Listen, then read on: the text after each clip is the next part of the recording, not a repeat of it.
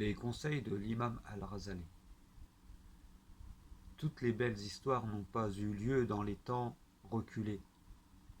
Celle que nous allons évoquer s'est produite le siècle dernier. Cela montre que Dieu ne laisse pas une personne se perdre pour peu qu'elle lui reste attachée. La foi se nourrit chaque jour. Si nous ne le faisons pas, nous tomberons dans bien des pièges. Cette histoire est là pour nous le montrer. Cette histoire, contrairement aux autres, se passe dans les années 1920, en Égypte, alors colonisée par l'Empire britannique. Et le narrateur de cette histoire n'est autre que l'imam Hassan al-Banna. Mais laissons-le la raconter. Un pasteur avait décidé de venir s'installer dans la province d'Alexandrie afin de tenter d'évangéliser la population locale. Il avait amené avec lui sa fille unique ainsi que tous les biens qu'il possédait, et il travailla sans relâche à tenter d'amener les gens à ce qu'il considérait être la vraie religion. Dans ce village, il y avait un jeune homme, un Égyptien, à la fleur de l'âge, qui remarqua la jeune fille du pasteur dès son arrivée. La fille ne les laissait pas indifférents, et plus il la voyait, plus il avait été attiré par elle. Un jour, il osa franchir le pas et lui parler. Rapidement, les deux jeunes gens devinrent amis. Mais notre jeune garçon voulait davantage qu'une simple amitié. Finalement, après plusieurs jours passés ensemble, il osa déclarer sa flamme à la demoiselle, qui, elle non plus, n'était pas insensible à son charme. Mais si le jeune musulman avait oublié tout sens de responsabilité, elle n'avait pas perdu de vue le fait qu'elle comptait faire sa vie avec un homme issu de sa religion. Certes, le jeune homme lui plaisait, et elle aussi commençait à éprouver des sentiments pour lui, mais elle refusa ses avances. Elle lui expliqua qu'elle n'accepterait aucune autre relation hors mariage, et qu'il lui était impossible d'envisager l'idée d'épouser un homme qui ne soit pas chrétien. Un jeune homme était malheureux. Il désirait tellement cette jeune fille, et chaque jour son amour pour elle grandissait. Elle, de son côté, laissait une porte ouverte et tentait de lui faire comprendre que toutes les religions se valaient et qu'être chrétien était aussi bon aux yeux de Dieu que d'être musulman. Le pasteur, attentif à ce qu'il se passait, parla aussi au jeune homme, pour tenter de le ramener à sa religion. Et évidemment, à force d'efforts, de désirs attisés et de promesses d'amour éternel, le jeune homme, malgré la foi qui l'animait, finit par céder. Il prit sa décision, pensant que c'était le prix à payer pour épouser l'amour de sa vie. Il se disait qu'il n'avait qu'à prétexter d'embrasser la foi chrétienne et qu'il pourrait toujours garder sa religion au fond de lui, malgré la voix intérieure qui lui suppliait de ne rien en faire. Le jeune homme finit donc par se convertir au christianisme, et il sentit bien ce jour-là qu'une partie de lui venait de mourir.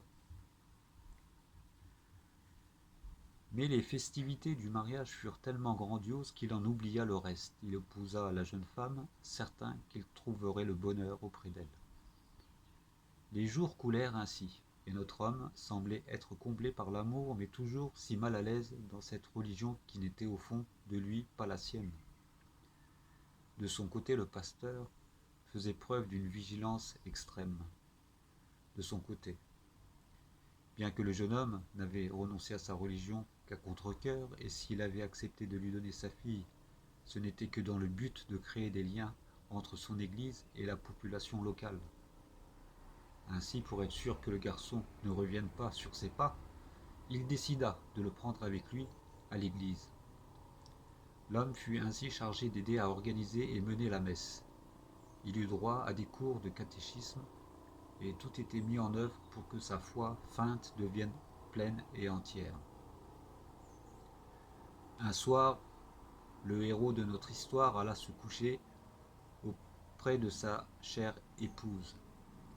Harassé, après une longue journée entre le travail et l'église, il s'endormit profondément quand il fit le plus incroyable des rêves. Il vit devant lui deux hommes à la beauté irréelle. Ce qui émanait d'eux semblait provenir de la lumière de Dieu. Notre homme demanda alors : « Qui êtes-vous ? » Et l'homme en face de lui de répondre : « Que la paix de Dieu soit sur toi. Je suis Isa ibn Maryam, Jésus, fils de Marie. Et cet homme à côté de moi est le prophète Mohammed sallallahu alayhi wa sallam. » Notre jeune homme n'en croyait pas ses yeux. Et Isa de continuer : « Sache que moi, Isa, je suis la religion de cet homme. Il est certes le dernier prophète et son messager est vérité. Qu'est-ce qui t'a donc poussé à te détourner ainsi de sa voie ? Il est plus que temps pour toi de revenir à la vraie religion, qui est la mienne, celle d'Ibrahim et celle de Mohammed. » Dans son rêve, le jeune homme pleurait comme un enfant. Honteux d'être confronté ainsi à de si nobles personnes, il dit : « Je ne le peux pas, c'est trop tard. » « Et qu'est-ce qui t'en empêcherait ? Demanda Isa. Le jeune homme répondit : « Mon cœur est devenu trop noir de péché, j'ai commis trop de mal et je serais bien incapable de trouver la voie du repentir. » Le prophète Isa lui dit alors : « Suis ce chemin et tu trouveras un homme sous un arbre. Demande-lui comment te purifier. Il t'aidera sûrement. » Le jeune homme dit alors : « J'empruntais donc un chemin et je traversais des jardins qui n'étaient pas de ce monde. Leur beauté, l'odeur qui s'en dégageait, leurs arbres et leurs fleurs étaient irréels. Je compris ainsi que je traversais les jardins du paradis. Puis j'arrivai devant un arbre sous l'ombre duquel se trouvait un homme avec un livre entre les mains. Je le saluai et lui dis : « Je suis un homme qui s'est détourné de la voie de Dieu, j'ai commis bien des péchés dans ma vie, au point que mon cœur s'est totalement assombri. Grâce à Dieu, le prophète Isa est venu m'interpeller, me ramener à la raison. Mais j'ai peine à savoir comment retrouver l'amour de Dieu et me laver de tous ses péchés. Ainsi, le noble prophète, le fils de Marie, m'a-t-il conseillé de venir te voir. Penses-tu pouvoir m'aider ? » L'homme me sourit et me dit : « Je pense que oui, car moi aussi mon cœur s'est perdu alors que j'étais sur terre. » Je lui demandai alors : « Mais qui es-tu ? » Je suis Abu Hamid al-Ghazali. L'imam al-Ghazali fut l'un des plus grands savants de l'islam au début du XIIe siècle. Les gens venaient du monde entier pour recevoir son enseignement. Les rois et les gouverneurs le courtisaient, si bien qu'il finit par éprouver vanité et suffisance. Quand il s'en rendit compte, il tourna totalement le dos à sa vie et partit chercher la voie du repentir. Pendant 10 années, il s'attacha à retrouver la sincérité de l'âme et la pureté du cœur. Il ne revint au monde des hommes que vers la fin de sa vie pour dispenser un enseignement, cette fois dans le seul but de plaire à Dieu. Puis je demandai encore : « Que tiens-tu dans ta main ? » Ce sont mes réflexions que j'ai compilées alors que j'étais encore en vie. Tu sais, il existe bien des façons de revenir à Dieu. Si tu le souhaites, je pourrais t'enseigner la voie que j'ai empruntée et qui m'a valu de recevoir la miséricorde de Dieu et sa satisfaction. J'étais comblé car je voyais un espoir de me repentir de toutes mes fautes.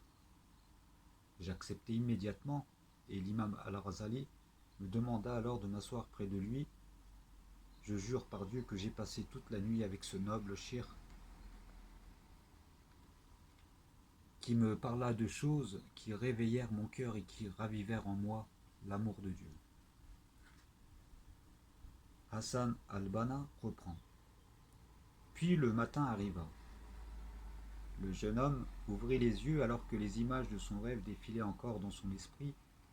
Il tourna la tête et vit son épouse allongée près de lui. Seigneur, comment avait-il pu perdre ce qu'il avait de plus précieux, l'amour de son Créateur pour celui d'une femme, aussi belle fut-elle?